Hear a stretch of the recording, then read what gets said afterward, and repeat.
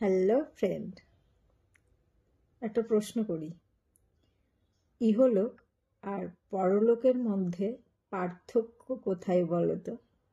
ভাবতেই পারো যে এরকম অদ্ভুত প্রশ্ন কেন করছে, কেনই বা করছে এগুলো।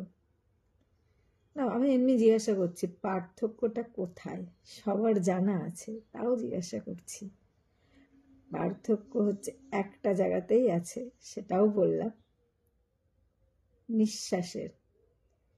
যদি তোমার নিঃশ্বাস চলতে থাকে তাহলে তুমি এখানে ইহলোকে, আর যদি তোমার নিঃশ্বাস থেমে যায় তাহলে তুমি ওখানে পরলোকে। তাই একটা জায়গায় পার্থক্য, সেটা হলো নিঃশ্বাসের। তাই তো।